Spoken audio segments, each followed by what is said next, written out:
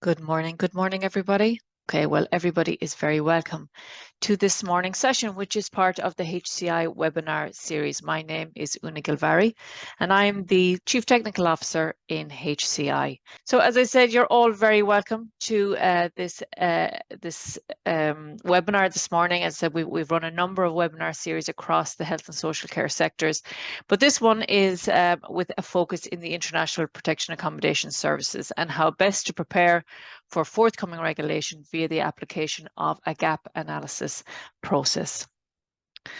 So before we begin, for those of you who may not know an awful lot about HCI, we help providers of health and social care services across the board make intelligence-driven decisions to attain, manage and improve quality, safety and regulatory compliance. And we do that through working to streamline, improve and transform the processes to ensure not only regulatory compliance, but ensuring quality and safety of care and services for service users. We're over almost 20 years in business now, and we have approximately 30 people on staff.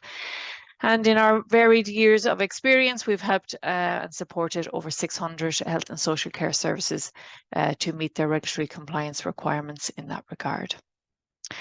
So the first question we ask for all of these webinars is really, why are we here?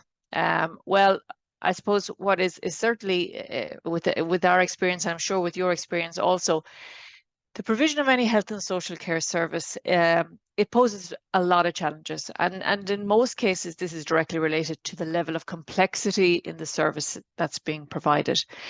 But if we look back to the Donna Beaton approach, I mean, the main reason for monitoring any health and social care service is about trying to identify opportunities to improve the performance where it has been highlighted that the service is not quite meeting the desired standard across the board. And I suppose with these type of headlines that we've all seen in the media, we can recognize that there is an inconsistency in some of the services being provided.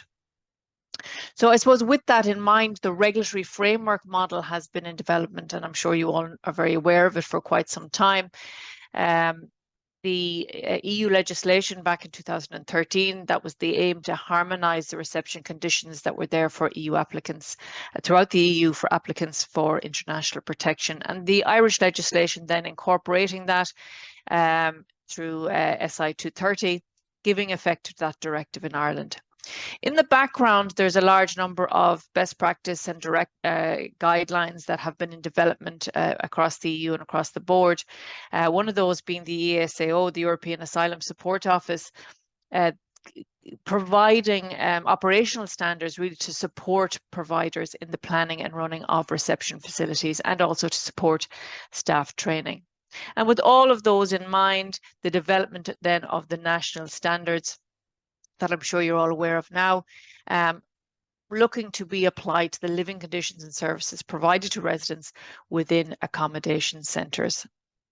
So with all of that regulatory framework in development for quite some time, I suppose the focus then was looking at who were going to be the monitoring authority that were going to implement the framework model that has been projected. Well, Roderick O'Gorman just earlier in the year had identified clearly that HIQA, the Health Information Quality Authority, were going to be the permanent monitors for IPA services against these national standards, and that they had been working with HIQA over a number of years to prepare for this monitoring role, and that it was their intention at that time to commence inspections in 2023. So we know the ball was rolling for a period of time, and in 2022, and again, I know you're all very aware of this, but it's just, I suppose, to give a grounding in it before we start talking about the gap analysis approach. But HIQA undertook their preparations to establish that regulatory function for monitoring and inspection of the IPAS services.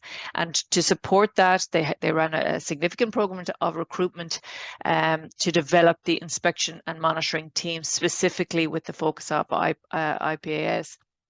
And I suppose to ensure that they had a full understanding in the approach that was going to be required for these inspections, they carried out a number of pilot inspections in December of last year. So within that pilot inspection, just 3 centres were looked at, and the findings were that all 3 fell short in some regard in relation to meeting those national standards. And the issues included overcrowded facilities, some issues with undignified conditions, that the facilities themselves were not providing a homely environment. There was limited access to laundry.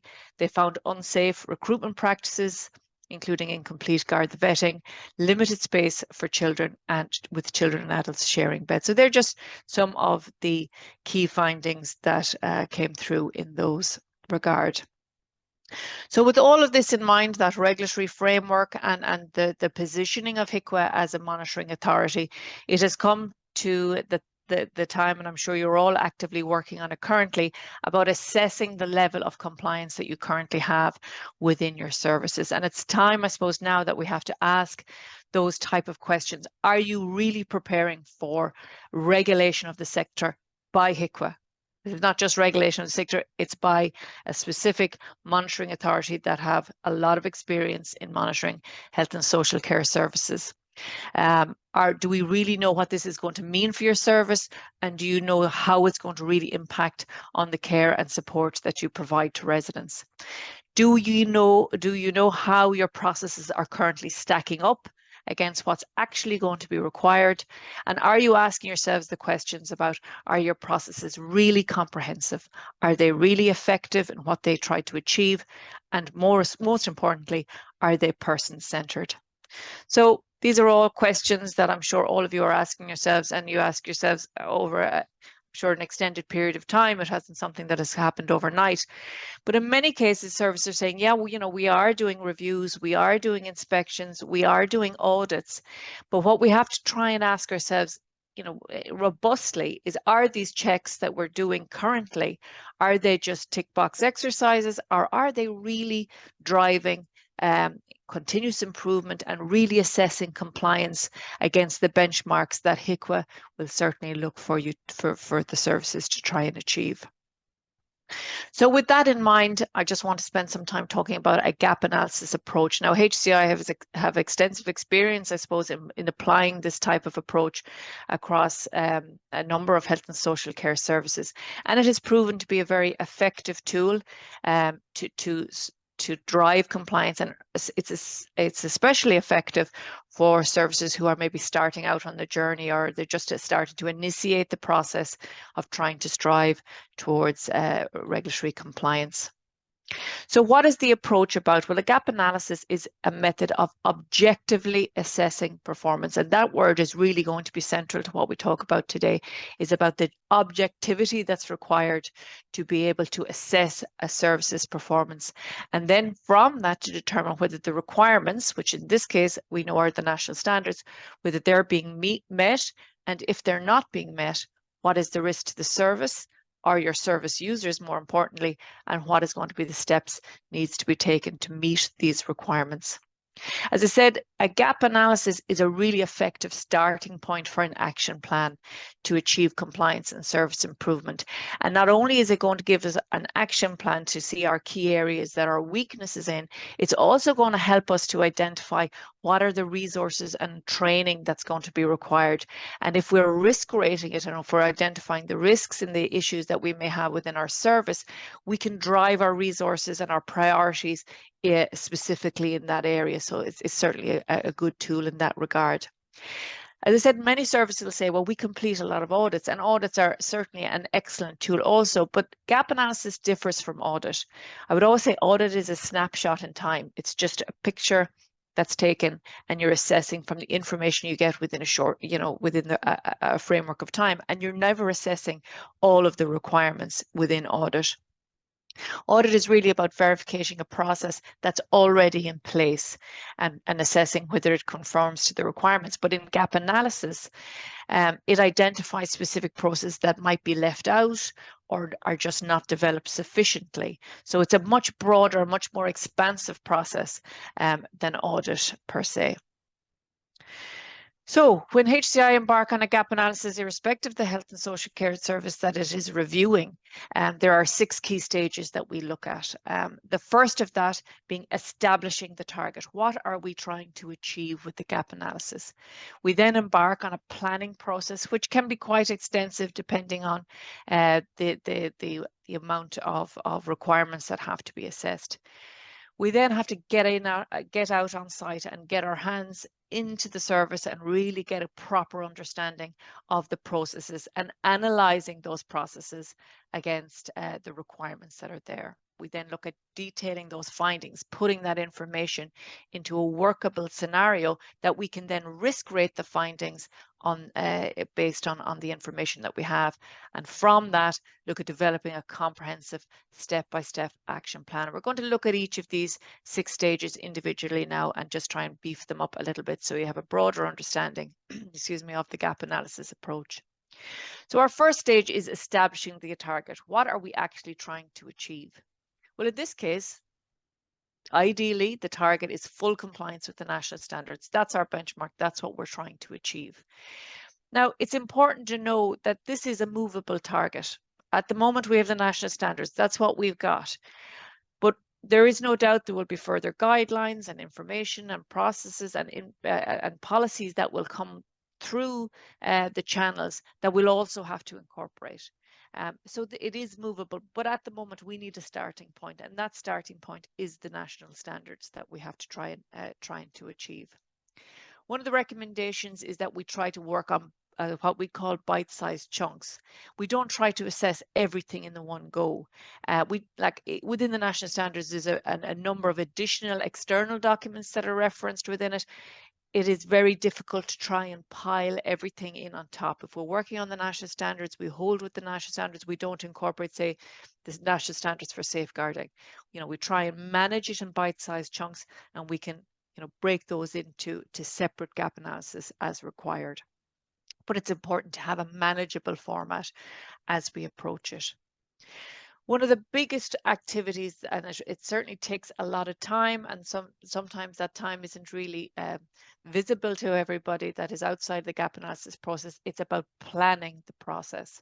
So we have to look at all aspects of the standard and see how can we group that information and look at the required, the linked information that's detailed within it. Having reviewed the standard and have spent a bit of time and have worked with services in relation to the standards, they're a very broad spread of standards, and it's very difficult to go from theme 1 to theme 10 and just link them across, because there is linkages throughout the standards in particular areas. Say if I look at monitoring, there could be elements in theme 1, in theme 4, in theme 6. So what we try and do is group that information so that we're looking at a particular area and the related standards and indicators that link to them. So there is a significant period of work of just trying to group that information and knowing exactly who am I going to need to talk to when I'm reviewing this, and who are the best people to facilitate that information and support. So we want to cover all aspects of the standards. So this is not an audit. An audit, we just pick and choose the key areas we want to look at. In a gap analysis, we have to look at all aspects of the standard. We want to identify who are going to be the facilitators that are able to do this job, who's going to be able to objectively look at the information and assess it, and who are those people that need to attend and provide us with the information that we need in relation to it.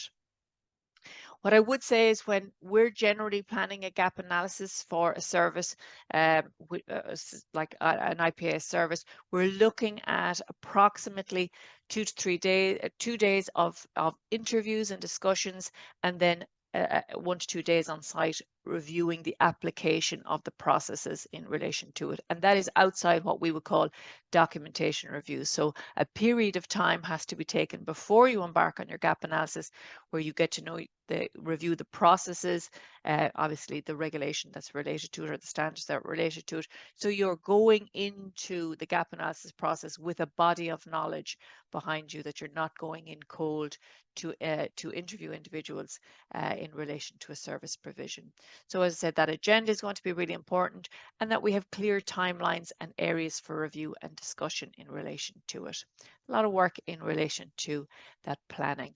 Also, as part of the planning, it's recommended that there is a gap analysis tool. Now, this doesn't have to be very complicated.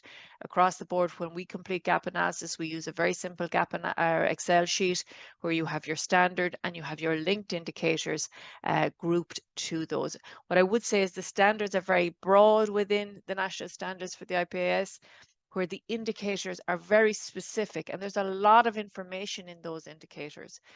So it really does require each indicator to be reviewed, that we can't just look at the standards and kind of brush over the indicators. We need to really get involved in the type of information that's detailed in those indicators, and that's certainly what HIQA will be doing.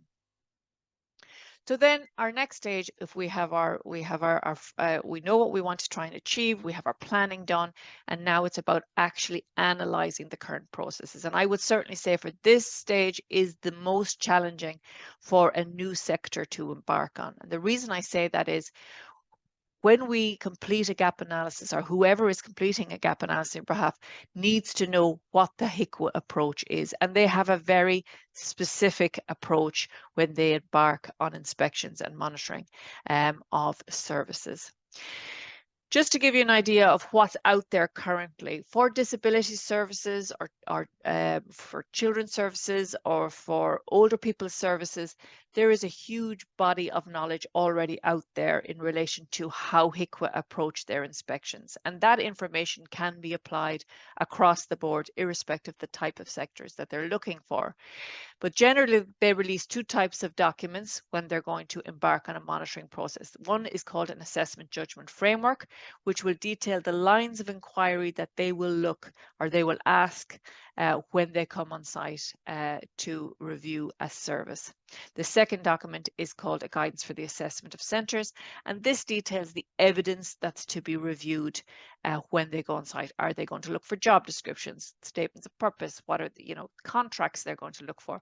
So they give examples of the type of information that they would expect to see. And let's be realistic, assessing governance in an older person's services and assessing the governance model that's in an IPAS service, it's the same type of information they're going to expect to see. Good governance is good governance. So we can certainly utilize the information that's already out there to prepare ourselves to know exactly what they're going to look for within an IPAS service. HCI also utilize HIQA inspection reports. So they're freely available HIQA inspection reports across the health and social care services. So as a matter of course, HCI are continually reviewing that information, pulling it out and seeing what's hot for HIQA. What are they currently reviewing? What's the type of non-compliances they're seeing in governance, in rights, in care planning, whatever the case may be, in safeguarding. What is the type of findings they're looking at, and what is coming out of the service information? So again, a big body of information there and knowledge that is important, that we need to draw on when we're effectively applying a gap analysis. So understanding that approach by regulatory body, what are the expected lines of inquiry? What are the regulatory body going to expect to see? What are they going to ask of us? And what do we need to be able to communicate to them? And what documents will they expect to be available to them when they come on site? Because this is the key area for gap analysis, what I wanted to do is just to give you a little example of, we're going to look at a standard and an indicator, and maybe look at some of the information or findings that HIQA would expect to be provided to them. So I've just picked this standard. This is a service provider has effective leadership, governance arrangements and management arrangements. And be under no illusions, when HIQA come on site, the key focus is on the governance arrangements that are in place. They are not going to, obviously they're going to speak to staff on the ground, but they want to see that the quality and safety of the service provided is being driven by a comprehensive, robust governance framework. So that's one of the key indicators that they're going to look at. So if we look at an indicator from that, just to look at one element of it, is in relation to governance lines. So the service provider has clear governance arrangements and structures in place that are clearly explained to residents and staff. They set out who the authority and accountability, who has authority and accountability for what area, and they give individual accountability and specific roles and responsibilities. So they are taken from your IPAS standards and the related indicators. So what would HIQA expect to illustrate compliance with that? Well, from our experience and from the experience of the many hundreds and thousands of inspections that HIQA have done to date, we know that the first thing they're going to expect to see is that there is an identified individual, one person, who has overall executive accountability, responsibility, and authority for the delivery of high quality, safe, and reliable services. Not just for the delivery of service, but the delivery of the quality and quality, safe, and reliable service. That one individual is expected to lead out on a robust governance framework that will have all of the required teams and committees and individuals that are required to support a safe, quality service.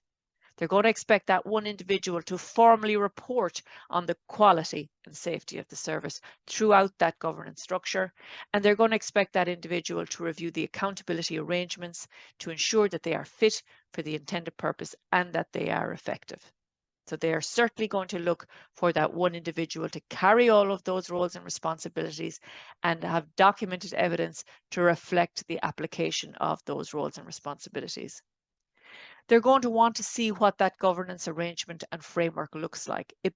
They will expect it to be of appropriate size, scope, and complexity for the service that is being provided.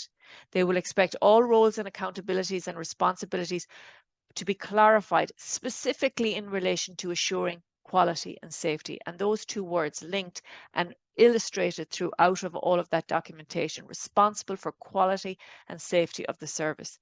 And they're also expecting that governance arrangements to provide assurance that the people that are involved in that governance structure have the required skills and competencies that are necessary to provide assurance for high quality, safe and reliable service. So they're going to expect to the governance framework to give them, as I would call it, the warm fuzzy feeling that the people that are involved in this governance model have the competencies and skills to assure the quality and safety of the service.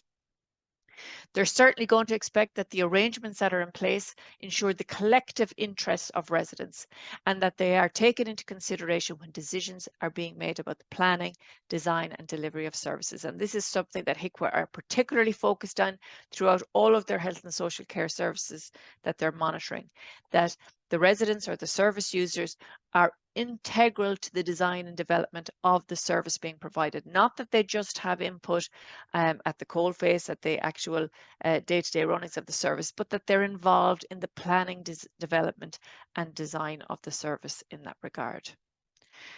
They're also going to expect that the service, if it's located on more than one site, that the person with overall executive accountability for the service delegates that accountability for quality and safety to another individual.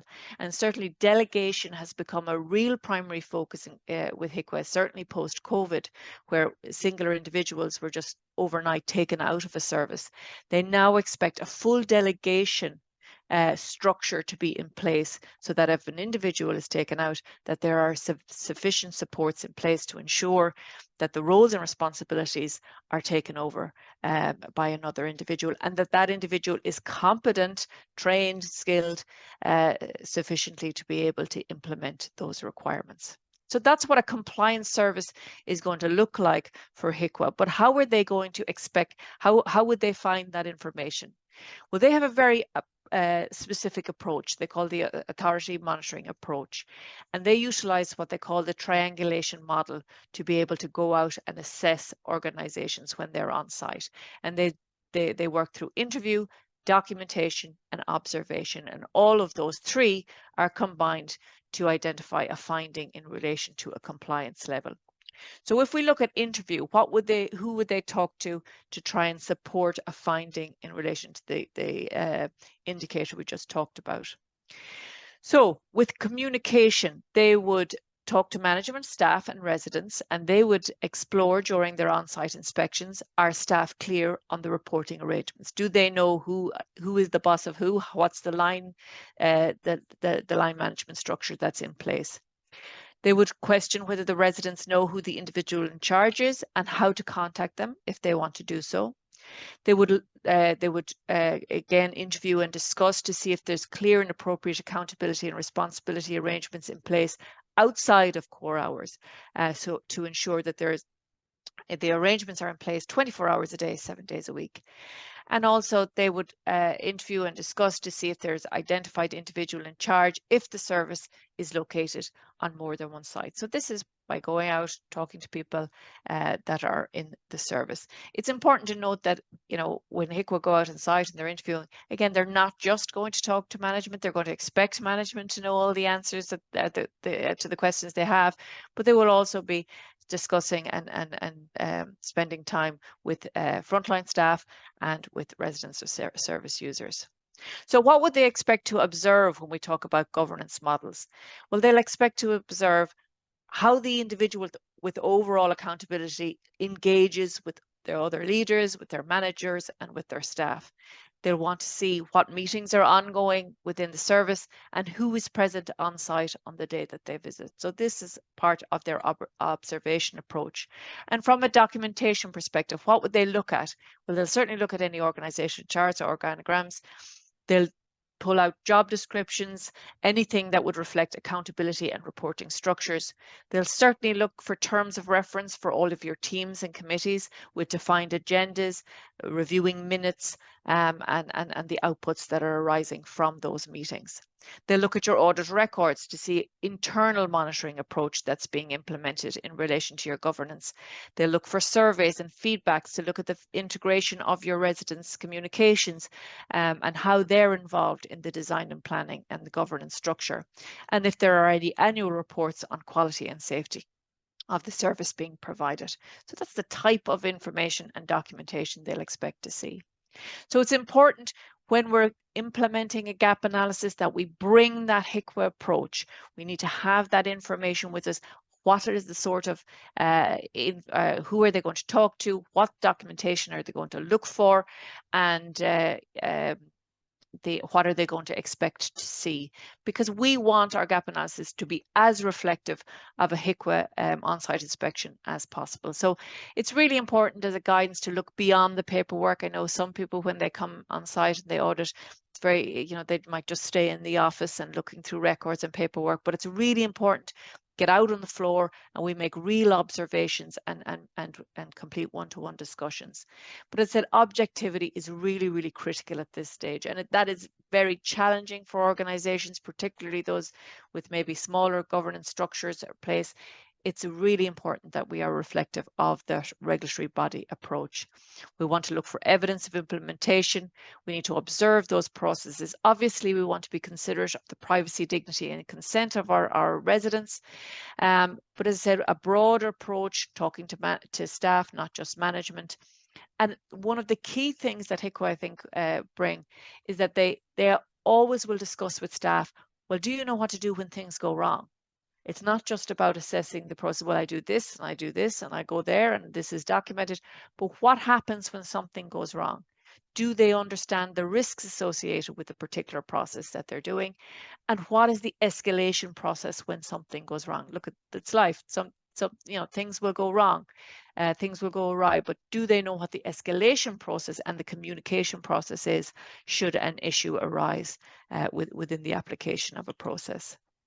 Just some of the examples generally of the documentation types they review. They look for operational plans, charts, set terms of reference, audit reports, KPIs, quality improvement projects, risk registers, HR files across the board, your job descriptions, performance reviews, supervision records, staff rotas, individual support plans, survey reports, complaints, certainly significant, as are incident and adverse event reports, and supplier contracts and monitoring records. And that's something that you really need to have a key focus on. If it's a thing that you are outsourcing, something that is directly impacting on the quality or safety of the service that you are providing, You remain responsible for that service, but you must ensure that you have sufficient contract in place that clearly details the roles and responsibilities of that external provider in relation to the quality and safety of service being provided. But it remains your job to be the monitor of that service and to ensure the quality of that. So that's certainly something that they will look at for those of you who may be outsourcing particular elements of it. So with all of that information in place, we've been out on site, we've talked to management, we've pulled data and information, we've reviewed records, we then have to detail our findings. So then within this, we want to compare the current evidence of compliance, the evidence of what we have seen and read and discussed with individuals, and we want to compare it against the requirements and identify the gaps in between. Again, it's a very simple approach here. I have the standard, the indicator, and I've detailed a finding in relation to it. So here I've said there's an informal governance framework in place only. It didn't provide sufficient detail regarding roles, responsibilities, or accountabilities of individuals or teams. There was no organogram, no committee terms of reference or job descriptions available. In interview staff detail, they were unclear on reporting arrangements. None of the residents that were spoken to as part of the process were clear on who the individual in charge was on site. So a number of significant issues identified here within the finding. So what do we do with it then? What's really important, again, to be as reflective as possible with the HIQA approach, we need to risk rate it. So what does that mean? Well, we want to follow the risk rating generally that HIQA apply. So they talk about something being compliant, being green, something substantially compliant. So it's generally met the requirement, but there's a little bit of action required to get it across the line fully, but it's identified really as a low risk. Then you have an area of non-compliance, and that is rated generally as an orange or a red. So if an orange, it has not complied with the requirement, but they don't identify it as a real risk to the health, safety and welfare of the residents. Whereas with non-compliant red, they identify that being a significant risk to the safety, health and welfare of the residents. So again, the risk register, the risk assessment level is totally focused on the risk to the resident. So that has to be our primary focus when we're assessing an issue should it arise and be non-compliant. So with the level of non-compliance that's here, lack of accountability, a lack of a governance structure, lack of understanding by staff and residents, in this case, this would certainly be identified as a red risk by HIQA. So we'll be reflective of that and we can identify that as a risk. And then on the basis of that, we need to develop an action plan. Obviously, if it was HIQA, they would just be handing us back our findings at that stage. But in the gap analysis, we've identified the problem ourselves with the open hand and the clarity of that. So our job now is to develop an action plan on that basis. And this is about developing a comprehensive step-by-step action plan to bring the current status up to that required status to meet the regulatory requirements. It's really important when we're developing this action plan, individuals need to be given responsibility to do these actions. There's no point giving it to teams because it'll sit in a team and it'll go round and round and it'll be discussed at a meeting and it will never get over the line. It is expected that individuals are given the tasks that are in hand. It's important to set a timeline for implementation. This can't be on the never, particularly with regulatory, with the monitoring that's coming down the line quite quickly for the service. We need to be very clear in setting our timelines for implementation.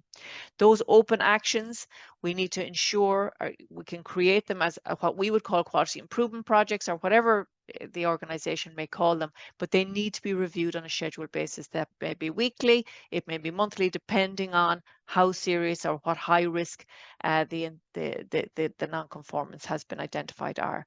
But it is really important that irrespective of wherever we review it, in whatever team, that it has to be documented in the team minutes what was the status of the actions as we continue on. So in this case, some of the types of QIPs, it might be developing an organogram detailing the governance framework, developing the job descriptions for each role in line with the national standards, developing the committee listing with the terms of reference, agendas and minute templates, develop and implement a communication strategy for staff and residents to ensure effective communication of government's arrangements. So in this poor A another has gotten all of those jobs, and he has set his timeline and his status as detailed as open. So we now have the development of our quality improvement projects that we are going to monitor on an ongoing basis. So those are our 6 stages as an approach. As I said, we've talked about establishing that target being compliance with our national standards. We have work to do in relation to completing the planning, how we're going to approach this, and the time that's required to implement it, and who best to be able to do this work objectively. How we're going to analyze the current processes to be as reflective as possible of the HIQA approach. How are we going to detail the findings and pulling that information together that will then support a risk rating based on the quality and safety of the service being provided to our residents or service users. And from that, developing a comprehensive step-by-step action plan. Now, what I would say in relation to our experience with HIQA, when organizations throw themselves into a gap analysis and develop a comprehensive set of QIPs or build an action plan and are continuously working at it, they certainly see this as a very positive measure when they come on site. I mean, it is expected that when a new service is monitored that there will be issues, but certainly it gives an opportunity for the service to show an openness and a progressive approach to try and achieve compliance where there has been a gap analysis done and where we have a body of QIPs that we are working towards. So that is certainly identified as something that is towards the positive in relation to the HIQA mindset. Just to close, I would say HIQA inspections are not like the NCT. We can't run them through and see what problems they identify and hope then we'll just fix those ones. They clarify within their report, that was their annual report in 22, it remains the case that all providers are responsible for assessing the adequacy of their services and must not rely on inspectors to review their performance and identify risks and improvements that are required to ensure the safety of residents. That is your job, not HIQA's, and they will make no bones about it, certainly when they come on site to monitor your services. So with all of that in mind, how can HCI help? Well, certainly HCI have been involved in gap analysis for the IPAS service and across the health and social care service provisions. And we can complete this on your behalf against the national standards. And from that, develop a comprehensive report, which will not only look at some of the areas of non-compliance and risk rate in relation to that, but also in relation to areas of good practice, which is also important to highlight. And if you have any questions, I'm sure Rosemary would be more than happy to field any questions, but you can contact us at the email address here or phone us. I think we're available on all of the sites. Now, just before I finish, I know that Rosemary will be making this presentation or this webinar available on all of our social media channels. So should you be interested in letting some of your other colleagues know, or that this might be of interest to them, please point them in that direction. Okay, that's it. I think I've taken up enough of your time, but I really appreciate all of you who have attended. With that, I'm sure we will be linking in again. The webinar series continues. Rosemary will be chipping in and out and letting you all know if we have anything else of value to you. But please feel free, keep an eye on our website and let us know if we can do anything to support you as you move forward in your compliance journey.